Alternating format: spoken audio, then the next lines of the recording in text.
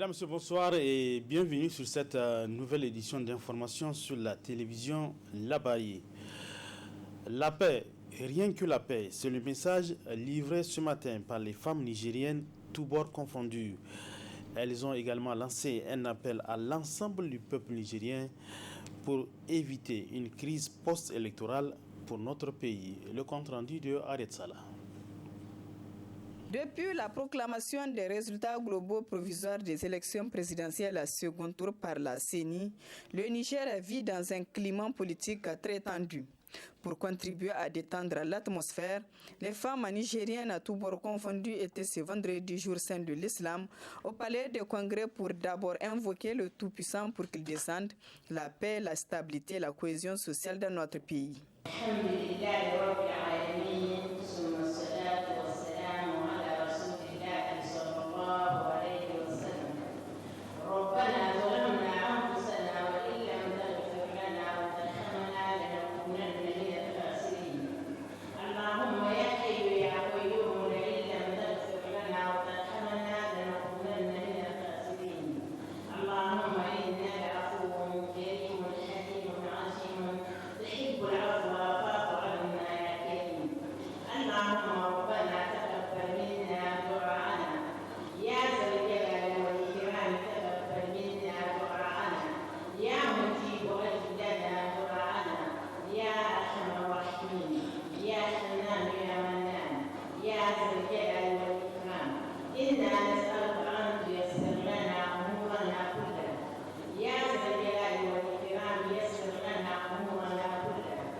Ensuite, ces femmes, en tant que mères de l'humanité, demandent aux acteurs politiques de faire preuve de patriotisme afin d'éviter au Niger une crise post-électorale.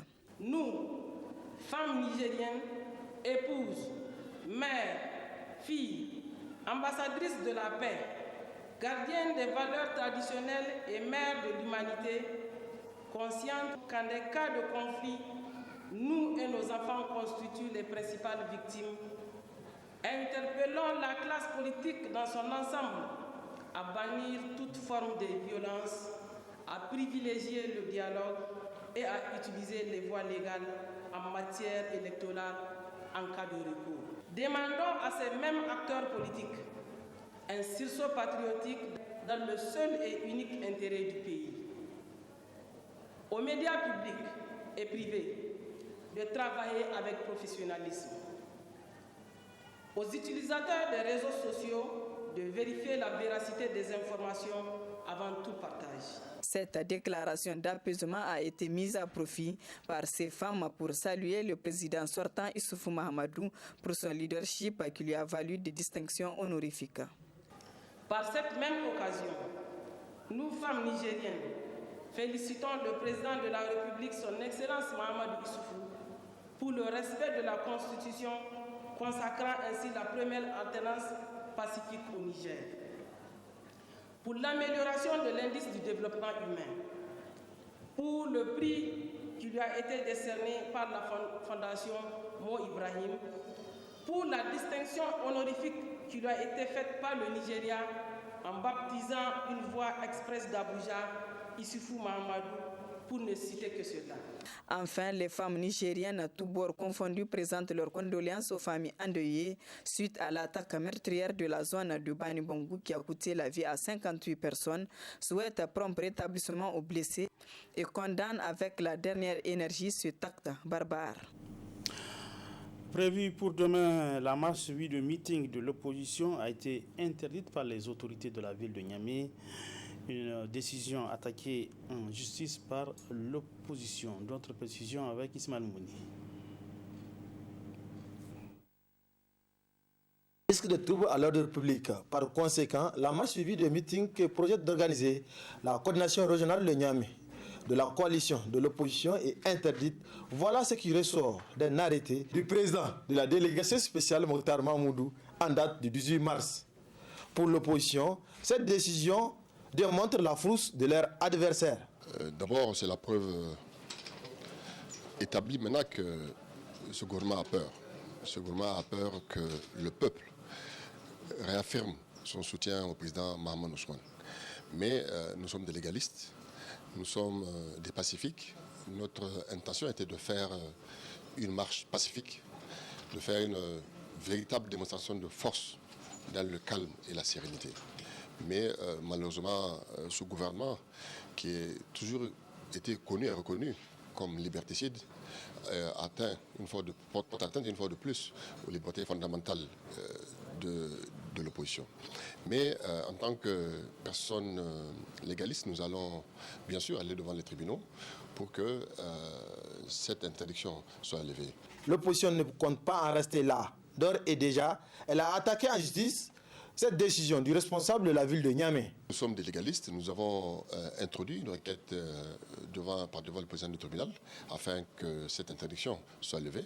Nous attendons la réponse du président du tribunal. Au demeurant, il pensait que nous allons peut-être commettre une faute afin qu'il décapite l'opposition comme est l'intention. Mais nous sommes debout et nous allons lutter avec les moyens de droit pour rétablir la volonté du peuple nigérien déclarée dans les urnes. Cette manifestation qu'a voulu organiser l'opposition le samedi 20 mars à Niamey a pour but de réclamer la libération de leurs camarades arrêtés, mais aussi revendiquer la victoire de leur candidat Mahamadou Ousmane. Tout autre chose dans cette édition d'information, la loi 2015-036 relative au trafic illicite des migrants, objet d'une étude de la Commission nationale des droits humains, CNDH, un travail mené par un consultant qui a partagé aujourd'hui le fruit de ses recherches au cours d'un atelier de validation. C'était en présence du président de la Commission nationale des droits humains, de plusieurs invités. Le compte rendu de Asma Seydou. Initié par la Commission nationale des droits humains CNDH, cet atelier de validation des résultats de l'étude sur les conséquences de la loi 2015-036 est relatif au trafic illicite de migrants par rapport au protocole de la CEDEAO sur la libre circulation des personnes et des biens et aux droits humains des migrants. Il s'agissait de voir les impacts de la loi 2015-36 du 26 mai 2015 sur certains aspects importants des droits humains. Non seulement les droits humains au niveau universel, au niveau international, mais aussi et surtout les droits humains dans le cadre communautaire. Parce que vous savez, le Niger est parti à des conventions internationales et le Niger est aussi parti à des conventions communautaires dans le cadre de la CEDEAO et dans le cadre de l'UOMOA. La difficulté principale et la demande essentielle de l'étude, c'est de voir comment cette loi-là a été prise, dans quelles circonstances elle a été prise, et comment concilier cette loi avec les dispositions de convention auxquelles le Niger est parti. Notamment le protocole de la CEDEAO sur la libre circulation des personnes et des biens. Parce que le Niger étant un pays central, une plaque tournante, beaucoup de gens de la sous-région passent par nous pour aller vers la Libye, vers le Maghreb en général et vers l'Europe. Avec la loi, cela a été un peu difficile. Donc l'étude, c'est de voir, de détailler les dispositions de la loi, de voir ce que cette loi-là a amené comme nouveauté, de voir si elle est bénéfique ou si elle ne l'est pas. Pour le commissaire de la CNDH, l'objectif principal de cette étude est d'une importance capitale pour la vie de la nation. Cette loi de 2015 sur le trafic illicite de migrants, surtout dans une partie de notre pays, Agadez, où il y a eu beaucoup de soulèvements par rapport à cette loi. Et nous avons été interpellés par rapport à cette question, conformément à notre mandat de protection et de promotion des droits humains sur l'ensemble du territoire, y compris les migrants.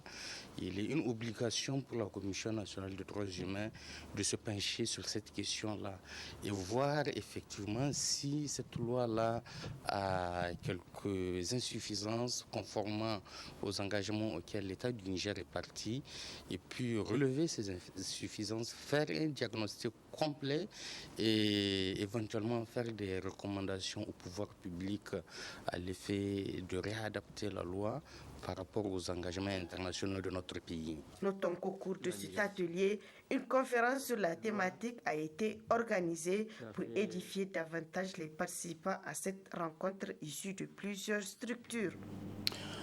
La journée internationale de la francophonie. Parlons-en dans ce journal. À cette occasion, la Commission nationale de la francophonie a organisé ce matin une journée placée sous le thème « Femmes francophones, femmes résilientes ». Le point avec Nafisa Yaya.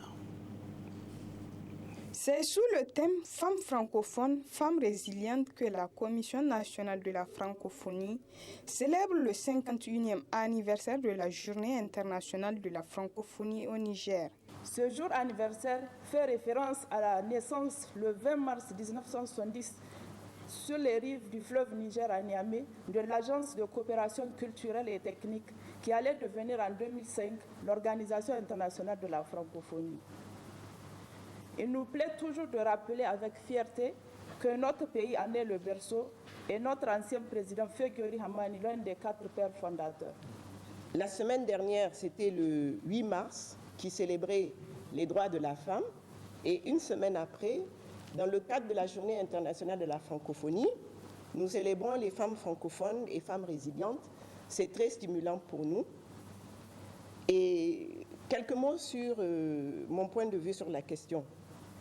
Le nombre de femmes qui vivent en milieu francophone s'élèvera à plus de 350 millions en 2050.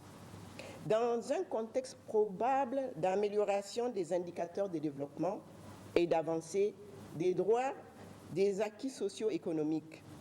Mais il est pratiquement certain qu'un nombre minime, trop minime encore de femmes, pourra bénéficier à ces avancées-là. Pour le représentant du groupe des ambassadeurs francophones, cette journée revêt un caractère particulier. Il est par ailleurs revenu sur l'objectif de la célébration de cette journée et la nécessité de préserver la langue française qui pour lui est un patrimoine. Célébrer la francophonie, c'est avant tout célébrer un partage.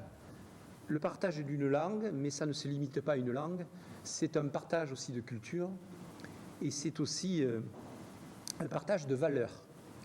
Or, les moments que nous vivons ne facilitent pas en ce moment ce partage et cet engagement. Le premier élément que je voudrais développer, c'est que la langue française, elle est beaucoup plus parlée, si vous voulez, en nombre sur les 5 continents qu'en France. Donc, qu'on le veuille ou non, c'est une langue qui ne nous appartient plus. Elle vit un petit peu de ses propres ailes et très honnêtement, elle se nourrit de cet apport, j'allais dire, extérieur. La francophonie, c'est un partage de valeurs, c'est participer en défendant le multilinguisme, c'est défendre le lien entre les communautés linguistiques, c'est participer à l'émergence de zones ou d'espaces linguistiques que j'ai, moi, personnellement, habitude de qualifier d'apaisés. Ça, c'est absolument capital.